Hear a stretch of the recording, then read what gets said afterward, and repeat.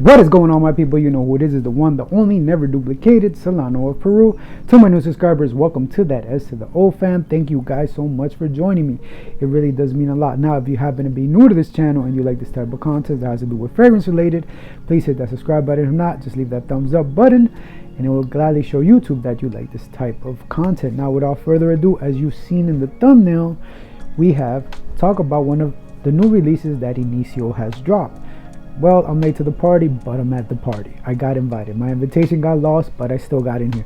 So we're going to talk about none other than Narcotic Delight. Right here, this comes from the Cardinal blends from the line, which if you guys don't know, it has to do with side effects, psychedelic love, atomic rose, and so on and so forth. But this one has been compared a lot to side effect. Let's see what this does. Here's the bottle. I picked it up. The name. Hopefully I'm not holding it upside down. Whatever way, let me do it right there. Initio side effect. Hopefully you psychedelic, Narcotic Delight. Hopefully you guys read it. The bottom it has the same jazz, the size, the batch code, all of that stuff. And here's the box. So here we go. Initio, I wasn't gonna say side effect, but this is Narcotic Delight. And here's a slip-on box. Hopefully I can get the other part out. And it goes right here.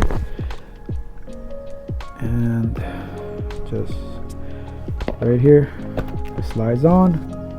And it goes right there. The packaging is pretty impressive on this one.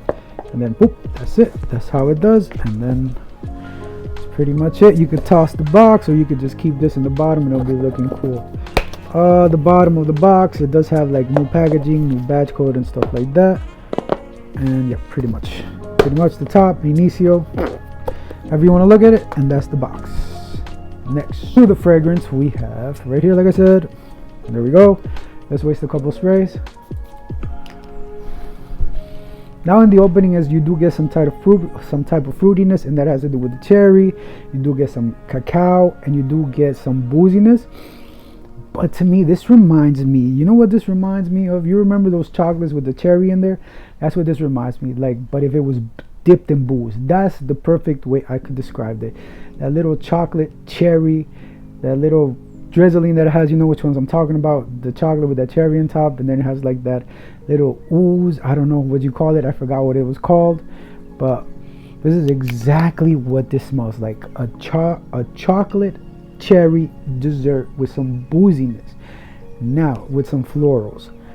Now let's get on to the notes and let's see what Fragrantica has to say. Now, sorry for the delay, but we got it. So main accords are sweet, tobacco, cherry, vanilla, woody, spicy. You do get that spiciness, I forgot to say it, with a little bit of spiciness. It's like that chocolate cherry, chocolate cherry, boozy, spicy right there is what you get. It's like that little chocolate cherry if it has some added some spice. So the notes are, in the top notes you got the cherry, the pink pepper, black pepper, double spiciness. In the middle notes you got cognac, hedione, tobacco. I don't get the tobacco, I do get the vanilla. That's that creaminess that's giving it right there. And hedione, for some of you guys that are not known with hedione, hedione is a fresh floral fragrance resistant of jasmine with green nucleus, whatever that is. So basically, to me, this fragrance, it's really nice. I do really like it. I don't know why it was compared to side effect. I don't see no side effect. The only problem that I have with this fragrance, I do wish that it was more cherry tone and the less of the notes was a little bit kicked down, like less of the cocoa powder, and the rest would be toned down. You know, this cherry would be the star attraction of this. So this is the only problem I have. I get all the other notes except for the tobacco. I don't get the tobacco. It's not side effects, like I said, but in the dry down, that's the only problem with the dry down. I wish it stayed like more cherry based. I am a fan of cherry. I am that. That's it. Let's go with longevity and projection. Longevity and projection. Projection, you get about 2 hours. And doesn't become a skin scent, but it doesn't fade, or is not very powerful when you spray it on. It's very subtle, it's very right there, it's not gonna fill up the room. It's very sensual, calm, like you're about to just walk in and about to make your attack on a prey. That's how it is. It is a compliment monster. You are going to get the compliments if you wear this. If people get close up to you, this is more of a seductive fragrance, a close encounter scent. When it comes to longevity, you get about a solid 8 hours plus. But again, I go nose blind to this, so people around me can smell it, but I can't smell it. And I have been going nose blind to most of my fragrances. Now, do I like it? I do like it. I do really enjoy this fragrance, but that's just my little con. Like, I wish it was more cherry based. It is a good fragrance. I do get the compliments from it again, and I do think the price range is a little bit expensive. $380, almost $400 with taxes. I do suggest you buy it on the gray market if you're thinking about it. Now, do I recommend this? I do recommend this to try before you buy, because remember, $300, $400, not everybody's gonna spend that kind of money. And that is true, not everybody has it, but we all have our vices. This is my vice, and I didn't buy this. This was a gift. They were nice enough to give it to me, and I do think you should try it. As cliche as that might sound, but you do have to try it. As cliche as that might sound, I do suggest you try before you buy.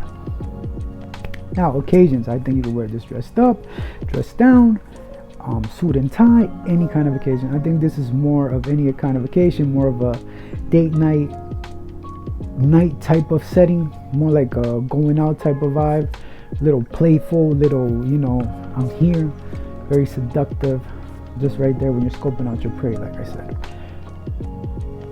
Do I think this is unisex? Yes, I do think this is unisex. I do think it is, but I think it leans a little bit more femme, in my opinion. But if you don't care about wearing whatever you want, this will do good for you. And besides, it's your fragrance, your money. You should wear what you want and when you want it. I don't think when it comes to fragrances there's really a gender to it, but that's you. That's how you decide. It's your money after all. And what my final thoughts are, I think it's a great fragrance. I think it's unique. I think it hits all the notes. Like I said, the only two cons I have this, I wish it was more cherry based, and the price point. That's pretty much it that I have. Let me know if you guys have tried it in the bottom. I'll see you guys next time. I'm trying to make this short and simple, nothing complicated. And as always, wear what you want, buy what you want, and I will definitely see you next time. And if I don't, it's probably because you're not subscribed. Remember, just because it's niche doesn't mean it's always good, and just because it's designer doesn't mean it's always bad. Peace, I'm out here. You know who it is. Dinka, king of this bitch.